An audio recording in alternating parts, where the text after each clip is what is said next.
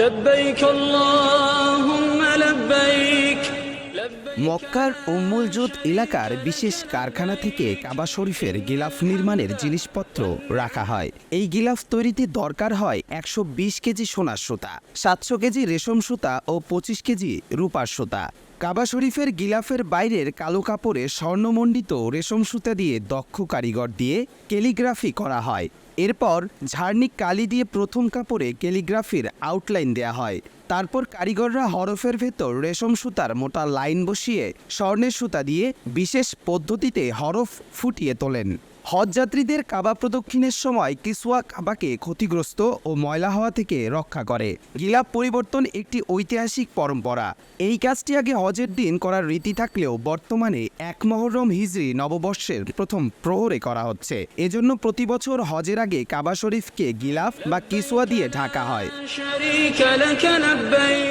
হজের মৌসুম সামনে রেখে পাল্টানো হয়েছে পবিত্র কাবা শরীফের কিসওয়া বা গিলাফ। পবিত্র হজের আনুষ্ঠানিকতা শুরুর আগে গেল বুধবার কাবা শরীফ ঢেকে দেওয়া হয়েছে কারুকার্য মণ্ডিত কাপড়ের কিসওয়া দিয়ে। নতুন এই গিলাফের দৈর্ঘ্য প্রায় 54 মিটার।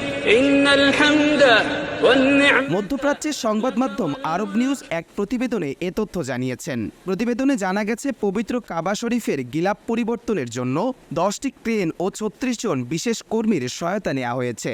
আর 2.5 মিটার চওড়া ও চারদিকে 54 মিটার দৈর্ঘ্যের কিসওয়া দিয়ে ঢাকা হয়েছে পবিত্র কাবা শরীফ।